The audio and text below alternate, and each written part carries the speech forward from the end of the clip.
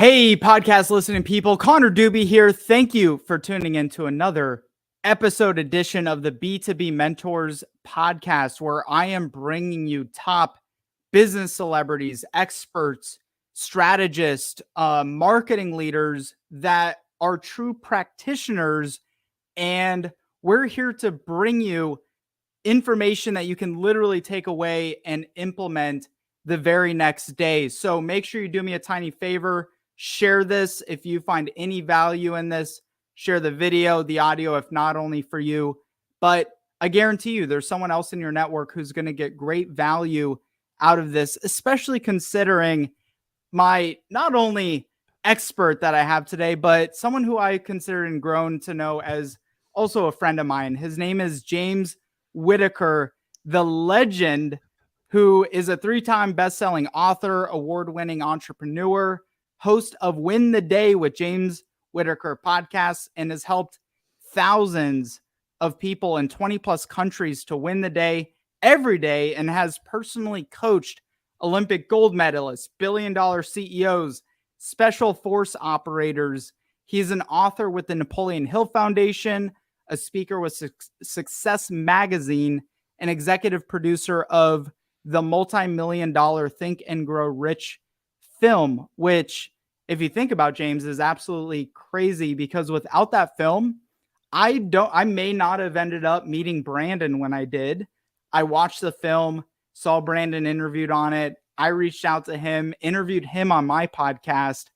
And, Brandon, of course, led us to, networking and building a relationship together. We got to spend 3 amazing days in the middle of absolutely nowhere, Iowa, where James did nothing but drink spotted cow the other day, or every day. In fact, I don't think I saw you drink water one time. It was just spotted cow, mate, spotted cow. Like, we just love that spotted cow. So with that, welcome, my friend. I'm honored to have you here. Connor, it's always great to see you, my man. Yeah, well, hell of a trip. And it's so interesting what you were chatting about there about sliding door moments. I think about that all the time. Like, what if one little action that you took or that you didn't take has contributed to where you're at today? So always, in my experience, going out and just meeting people and attending events and doing things like that, even if it's the last thing you feel like doing at the time, always has a massive yield over the long term. So just getting out there is a huge win. So true. And it's always those moments where you're like, I don't want to do that podcast interview right now, or I don't want to go to that event, or I don't want to travel. And then it's just that one relationship, one opportunity that completely could change your life forever. Yeah, absolutely. And I know you've experienced that time and time again. So talk about it. I mean, how did you initially, James, get into the business world? Like, where did that evolution happen? Was it from a young age? Did you, kind of shift careers? Give everyone a little insight on that. Yeah, well, I grew up in Brisbane, Australia. So I lived there for the first 28 years of my life. I spent more than 10 years in the financial planning world, where I eventually went on to manage an advisor team for a company that had more than $2 billion under management. But I just had this urge that there was something more for me, just something different. I needed to go and test my skills and abilities in an entirely new environment. So I actually went over to America. I spent 9 months in Boston doing an MBA. That was 9 months in Boston, 3 months in Shanghai in China.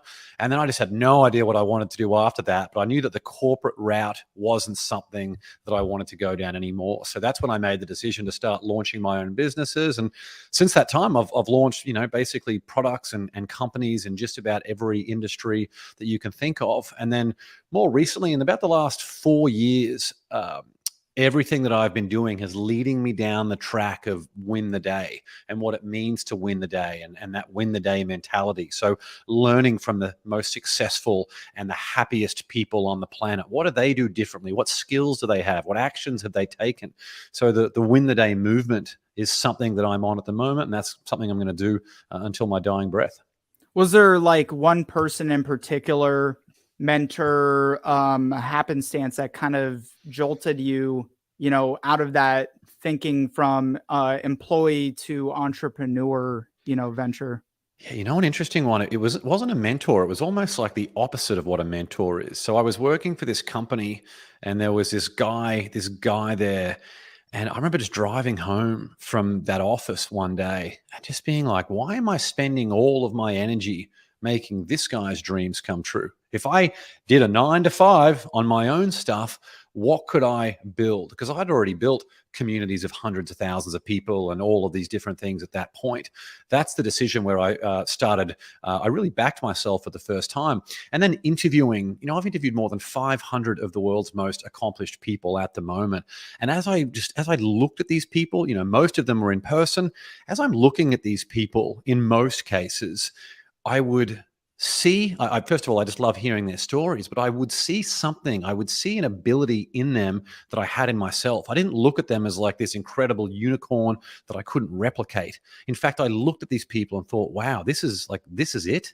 Like that's all it takes. You're just a human, just like me. And if that's the success that you've been able to build on your foundation, which for a lot of these people was a lot worse off than the background that I grew up with, and I thought, you know what, I'm going to absolutely crush it with the foundation that I have. So it really gave me a lot of confidence from interviewing all of these people. And it's funny that the more, you've experienced it too. You and I have even experienced this together. Some really high level people that you meet in person, they're just another person. And in most cases, they just take a massive action. Yeah. Celebrity, billionaire, it doesn't matter. It's like once you kind of get up to that level, you're like, oh, it's like, oh, all right. Like they also, drink coffee the same way in the morning and put their socks on in the same way. And maybe also enjoy a good spotted cow from time to time. Exactly. I'm never going to let that one go, which is just like our funny inside joke. Cause they don't have that anywhere. So I got water here. I wish it was a spotted cow, Connor. Yeah, I know. I should have given you the heads up, but so like what was the first business that you did dive into and what ended up evolving with that business? The first one I had was a social media brand. So we had, I forget the exact numbers. I think it was sort of 300,000 or 400,000 people in these communities that we had. And then we turned that into one of the world's largest CrossFit gyms and a weightlifting club in Australia. And then we had an activewear brand off the back of that sponsored people in the Olympic Games, the CrossFit Games, and the Commonwealth Games. And you know what? An interesting thing happened in that journey where my business partners were in Australia. I was just more and more entrenched in the US, getting married, having kids, that type of thing. And it reached a point where I was like, this isn't the stuff that just fires me up. Like, I don't care about activewear. I don't care about a gym. I don't care about any of the stuff I thought I did. And I worked really hard and gave it everything I had. But it was only once I started doing some of these other things, like speaking for Success Magazine and writing books for the Napoleon Hill Foundation, that I realized, you know what? This is the stuff that I love to do. This is the stuff that fires me up. And that's why recently when I was like, you know what would happen in my life if everything I did focused exclusively on building this win the day movement and creating that win the day mentality for people all around the world? What could happen? And that's just revealed and opened up so many doors already. And I just can't wait to see where this is going to go in 10 or 20 years. Absolutely, man. And I love, studying you and identifying what you're doing. And what's interesting, we've kind of came to that same conclusion, like, 5 or 6 years ago when things really started to go in an upward trajectory for me was when I started podcasting and studying people more at a deep level and building relationships that way. And so what was it about podcasting? Because you also have businesses around this. You've helped lots of people launch their shows, incredibly successful networks and all of that. What was it about podcasting that the light bulb just, went off for you? And now you're like very much in that world. Relationships have been everything for me since day one. Relationships have given me every single opportunity that I'm so grateful to have enjoyed.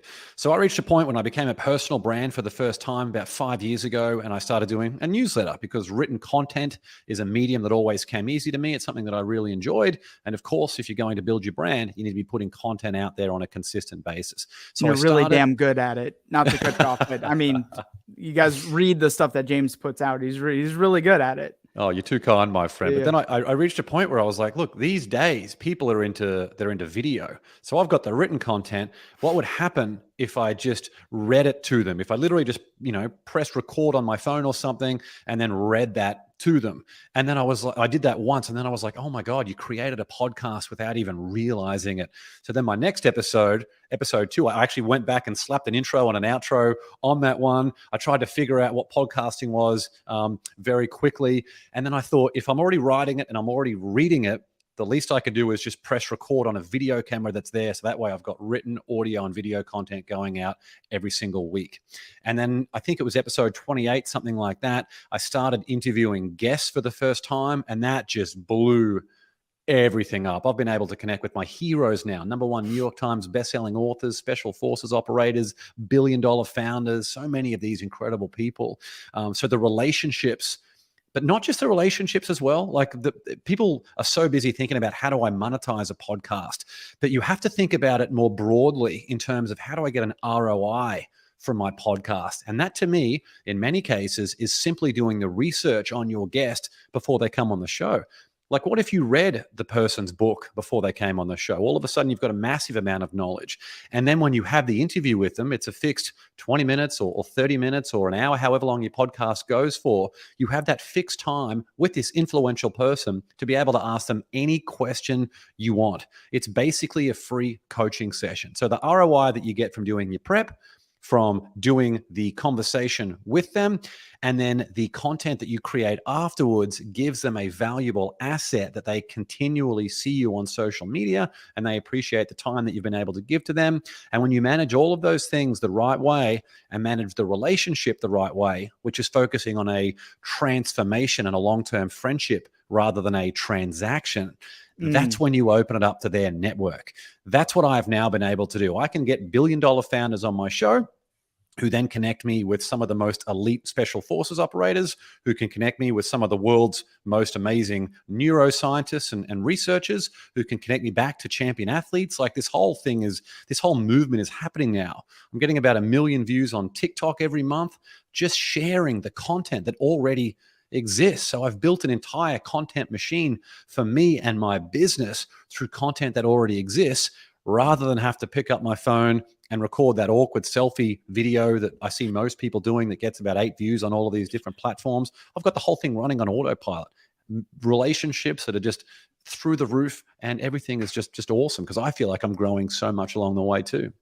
Yeah, it's amazing. It's so understood that it's a linear path, like you mentioned, jumping into podcasting and like, okay, how do I turn this into a business? How do I make money off of this? But not realizing that same effect we talked about, right? Like I interview Brandon, I introduced me to these other guys. You and I know each other because of, Brandon T. Adams, who are like people listening, like, who's Brandon?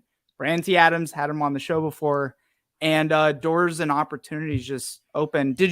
Was the initial podcast Win the Day, or did you start under another name and kind of evolve that into your more kind of recent branding of Win the Day? Yeah, good question. It did launch as Win the Day with James Whittaker. So I'd done so much work with the Napoleon Hill Foundation and Think and Grow Rich, and the movie was Think and Grow Rich. And what I was thinking about was something sort of along those lines, like think, win, repeat. That was it. I sort of went from like Think and Grow Rich mentality, because I'd been working on that for the foundation for so long.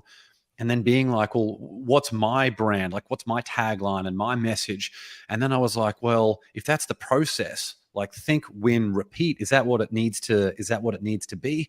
And then I was like, you know what? Everyone in the world has bastardized Think and Grow Rich. A lot of it illegitimately. I at least had a mandate from the Napoleon Hill Foundation to do that work. But I wanted to distance myself from that. Like that was a very intentional decision. But the word that stood out to me was win. And that all stemmed from Think and Grow Rich, where Napoleon Hill wrote that the poverty conscious will automatically overtake any mind that is not preoccupied with being success conscious. And that just really stood out to me. And the way that I interpreted that was that each day, if you do not make the decision to win, you have automatically made the decision to lose. So when we make that decision to win, what are we winning? We're winning the day. There it is, win the day. And that's how the whole sort of evolution happened. What initially drew you into that? The Napoleon Hill Foundation, the Carnegie principles, everyone's kind of got their story. There's obviously a massive community around this, movement from the 100 years or how long ago? This is 200 years ago or 100 years ago? It was 1937. Yeah, it's when Think and Grow Rich. Yeah, it was when Think and Grow Rich came out. So that Think and Grow Rich is the book that changed my dad's life. I've always been aware of the power, but I didn't go straight to Think and Grow Rich when I was young. I had gone to Jim Rohn. So Jim Rohn's primary influence by a long way was Napoleon Hill and Think and Grow Rich. And then Jim Rohn passed it on to people like Tony Robbins. So the biggest influence for Tony Robbins was Jim Rohn and Napoleon Hill.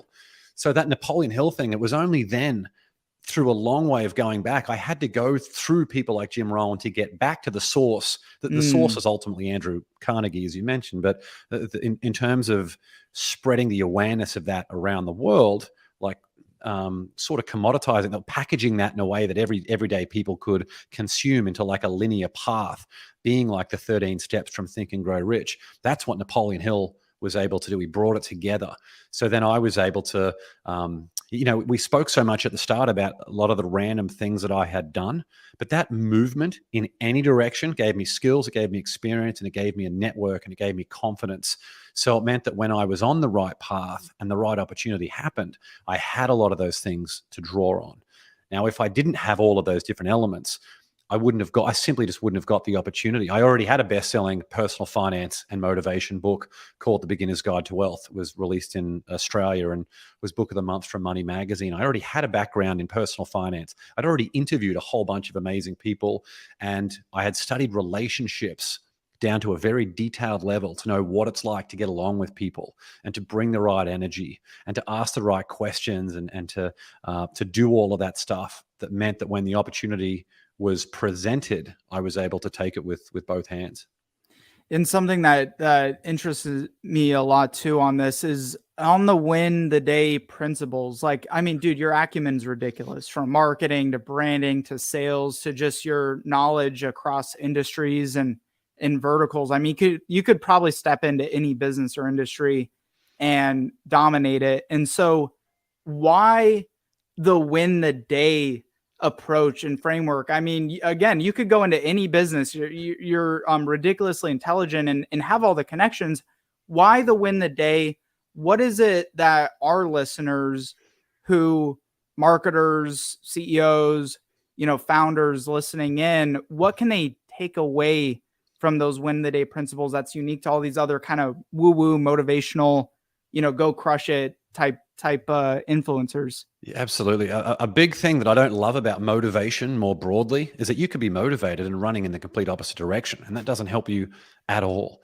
So I want people to remember, for you listening right now or watching this, that the win starts within. When we're winning the day here, it's all about what are you going to do when you're looking in front of the mirror. That's your greatest ally, and it's also your biggest enemy, is exactly what you see staring back at you when you look in the mirror. So the formula that I have sort of created around a whole bunch of these things, I might actually run you through sort of the commandments that I have to win the day and just some of those things that I do every single morning to get me in the right headspace. You have them chiseled in stone somewhere? Because that's the only way I'll allow you to read them, is if you come up and read them chiseled in stone. I actually just finished this. I've been working on this for months for Success Magazine. They're about to launch the Win the Day course, which is awesome. So that's coming very, very soon. So I've just written about 45,000 words on all of this stuff, which has been so great to see it all sort of unfold. But that's good enough as being in stone. So I'll give you a pass this time. You go ahead and fire them away. The very first thing I do in the morning is wake up and you have an acknowledgement to make. It's what I call the acknowledgement phase. The day is there to be won or lost. You need to understand that. And if you don't consciously make the decision to win, you've automatically made the decision to lose. So I say to myself, yep, the day is there to be won or lost. I'm going to make the decision to win. And the second bit is sacrifice. What am I going to do to prove that I have turned up for the day? That's when I step into a cold shower. No hot, just 3 or 4 minutes in a pure cold shower. It's the greatest productivity hack there is, because you just have this sustained energy for the entire day. And then the next bit from there, after we've done the acknowledgement and the sacrifice, is that bit where you just got to try and find a little bit of sunshine and have some time to yourself where you can feel gratitude, not the woo-woo stuff where you just write something down or post something on Instagram. Like, actually feel gratitude, where when you breathe it out, a smile comes to your face because you've actually felt it. And then write down 3 things that you're going to do today that will make that day a win. And then focus on doing something big for you that day, like one of those high, if not your highest priority item first, and then something that you want to do. Maybe it's going to a gym or going out for lunch or whatever it is. Make sure that you use that as your reward after you have crushed your priority, and that'll give you a break. So it means when you can come back to your work later, you'll have so much more energy. You'll have already ticked off some of your most high priority items. They're just some of the things in terms of the morning routine that you can do to get the most out of each day. And most people don't do that. They wake up, they feel like crap. They look through emails and social media and things on the phone. They do. I've got my boy laughing at me. He's one. He just turned one. He's looking at me. I wish you could see this. Looking at me straight through the window. That's hilarious. And they have this horrible reaction to the day. They're just not, there's no intention there to the way that they're living their life. And that's very, very difficult, because that's when you don't care about what food you put in your body. You don't care about who you're hanging around. You don't do anything to grow your mind, get out of your comfort zone. So when you have that intent and you have a very clear overview and purpose of how you want to live your life and what standards you're willing to accept, it creates this filter on every decision you make. And that filter means that you're not going to make decisions that aren't in the best interests of your future. You only make decisions based on where you're going to end up in a positive way. And that's extremely empowering when you're in that mindset. I mean, for people who've built $1 million businesses or $10 million businesses, there's all these different levels to get to, but you don't want to lose yourself. You don't want to lose your family. You don't want to lose your health. You don't want to lose your relationships along the way. You got to make sure that you've got that holistic success that comes with you, and you're doing work that aligns with who you are and that purpose that you have for life. So is your perspective strictly everyone needs to go, like cold shower, for example, first thing in the morning? Is that a practice that everyone should pursue, or is the point more so of an intentional framework that you start your day with first thing to cast, your win for the rest of the day, or let the day win you? And who wants that? Because it sucks. Exactly. It's a really good question, and I'm happy you brought that up, because a lot of people interpret that as like, hey, I'm telling you all that you need to do a cold shower. No, you don't need to do a cold shower. I've been doing it now for almost 3 years, and I think it's absolutely phenomenal. Did you do coffee before the cold shower, or no? Cold shower and then coffee. Dr. Michael Bruce, the sleep doctor, and Andrew Huberman as well, they say no coffee within 90 minutes of getting up. So I love coffee more than anything, but I have to wait 90 minutes in the morning. But I tell you what, I could almost set a timer to it that 90th minute is when I have my coffee for the day. But what you're doing is, so there's an important distinction here. It's a difference between motivation and process. Everyone's waiting until they feel motivated. Like, look, when I have the energy, I'll go to the gym. Or when I have the energy, I'll do the sales calls. Or when I have the energy, I'll start creating content for my brand and my business. But instead, if you focus on process, saying, you know what, before my brain gives me a chance to talk me out of it, or before I'm waiting to feel motivated, I'm just going to do it. So that's a process for me. There hasn't been a single morning where I've wanted to step into a cold shower. Zero. I hate it. I can't stand it. But I feel amazing when I'm out of it.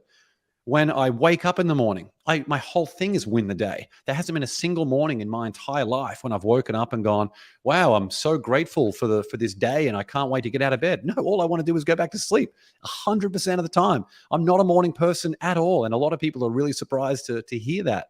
But I still get up because I have this process, and I have this purpose, and I have this plan for what I'm going to do to the day. So it doesn't need to be a cold shower. Do something that you really, really don't want to do, that you know is going to be really, really good for you, and make it a process, make it a discipline. Because when that motivation wanes, you fall back to process, and you need to have a good, healthy, productive process to keep you moving forward. So critical. And a lot of the folks we're talking to as well, I talk to a lot of very high level CMOs. These are also intrapreneurs, right, in their business. And a lot of entrepreneurs even think, oh, this kind of stuff, like this is applicable if you're like the business owner, entrepreneur. But across the board, you're wondering why you're not achieving the results you want to see in your department, in your day-to-day. You're frustrated by the end of the day, feel like there's never enough hours, is you're not putting that practice into place. And so if you had to give just one stepping stone to move in the right direction for anybody, what would that be? We've covered a lot of them already. If I had to share one, it would be a process that we haven't actually spoken about yet. And that's to give you an idea of who you are and where you want to go. So it's basically just writing down your goals. I've got something called the Success Plan Template. It's a free download, no opt-in. Anything else, it's just available in the link in my bio on Instagram. Go click on it, download it. There's a Is Google that on this Doc. guy right here, the jameswitt.com? You got it on there? It's on. You have to click on the link in my Instagram. It's jameswhitt.com/go time. But if you go to my Instagram and click that link, it's got the success plan template written there. You'll even see an example version just to help you walk through that really, really quickly. In my experience, all the times, the people that I see mega successful, right through to people who aren't particularly successful, if they feel like they're treading water or you're not living with purpose or with passion, it's because of two things. You're not clear on who you are, and you're not clear on where you want to go. So when you can write down what your purpose is, like for me, I have a family purpose and I have a career purpose. So I write down what my two purposes are at the top of my success plan. And then every single thing that I want to experience and be in this lifetime, professionally and personally, is captured in that success plan. And the entire thing is systemized. So I always know what work I need to do every single day that's going to get me to where I need to be. I've got all this stuff mapped out in extreme detail. It's a lot of people are resistant to this exercise. I'm resistant to it. But again, I'm focused on the process to get it done. And that's what drives the success and everything else I've done. And it's nice to look back every year at the goals you achieved and some of the things that you didn't achieve and some of the things that aren't relevant. And you get a lot of confidence and a lot of clarity from that. Once you do that once, and then you do it again the next year, using what you had previously as a foundation, you just knock it out of the park. But most people don't write down their goals. So just writing down who you are and where you want to go, I think, is the greatest life hack for anyone. I love it. You probably get the same question as me all the time. How do you stay so motivated all the time? It's like, I don't. I don't. Yeah. You just turn it into such a habit. It literally is a habit like anything else. That mindset becomes a muscle and a habit, just like going to the gym, just like eating healthy. It's so effing hard to break and keep it consistent in the beginning. But once you get through, what is that time period? 90 days or 60 days, or is it 30 days until something becomes an actual habit? Yeah, exactly. Until it becomes a habit. Like this success course I just put in there, I actually put in a checklist for people to mark off the days of when they feel like they've faced an adversity where they can just give themselves a reward for being able to make it through another day. The goal is just to not break the chain once you've started it. It's how Jerry Seinfeld was able to get so great at comedy, because he had 100 little circles there and he would just mark one off every single time he wrote his comedy. It's just a matter of turning up. Like I mentioned before, I've written 45,000 words in 2 months for this course. And it's very, very writing comes pretty naturally to me, but a lot of this I was resistant to creatively. But through the process, I was able to force myself to be there to get the work done. Inevitably, when you return to it, the work is nowhere near as bad. I'm like, oh my God, this, whatever I'm writing must be horrific. Like this weird freestyle thing, whatever comes to my mind. You look back at it the next day and it's like, wow, this was actually really good. And it gives you a lot of confidence. And it's so much easier to edit what you have done rather than staring at a blank canvas every single day. So just focusing on that process over the motivation.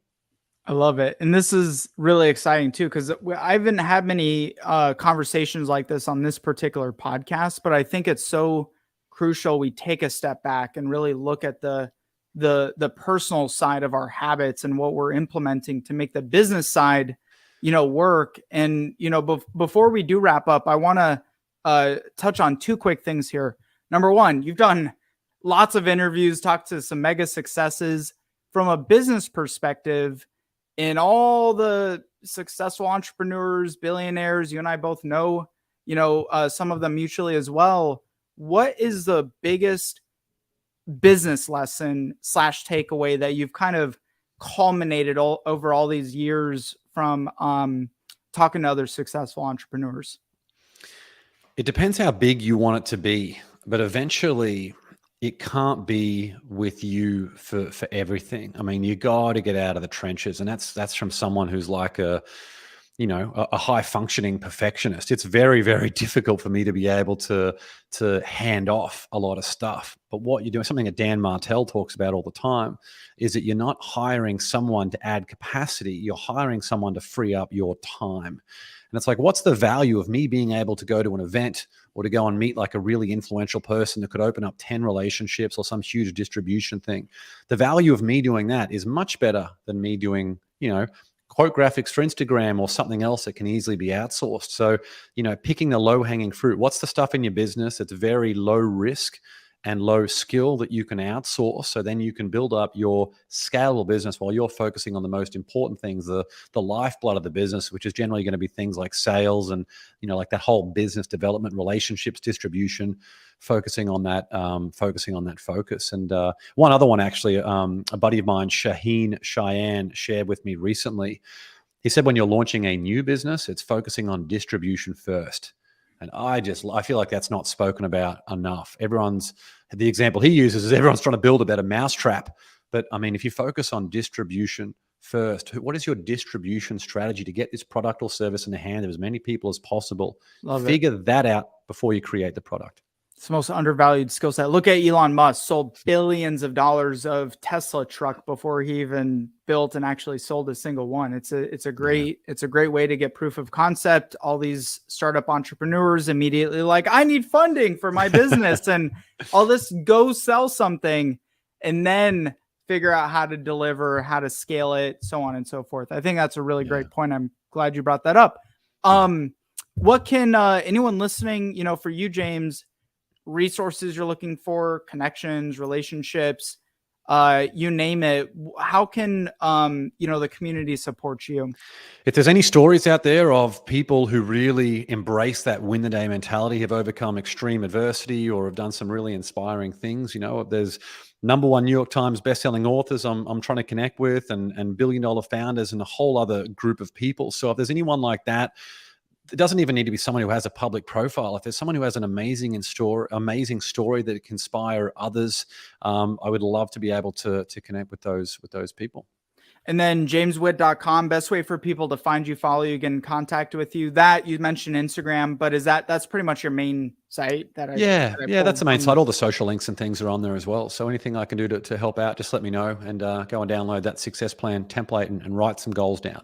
Success plan template. Beautiful. James, you're welcome on the show anytime, man. I mean, I knew this would be the easiest interview. The easiest interviews are the other guy podcaster who's also done, hundreds of podcast interviews. Am I wrong? It's easy, right? You get someone who doesn't have a microphone and you can barely hear them, or technical issues and things. So, hey, we nailed it, and well done on having such a great show. They're a billionaire and they don't even have a microphone and camera, and it's it just blows me away every time. Guys listening, thank you. Can't thank you enough, and make sure you go follow James, connect with James. For the rest of you, much love to you, and make sure you're subscribed so you get all the podcast episodes in the future. We'll see you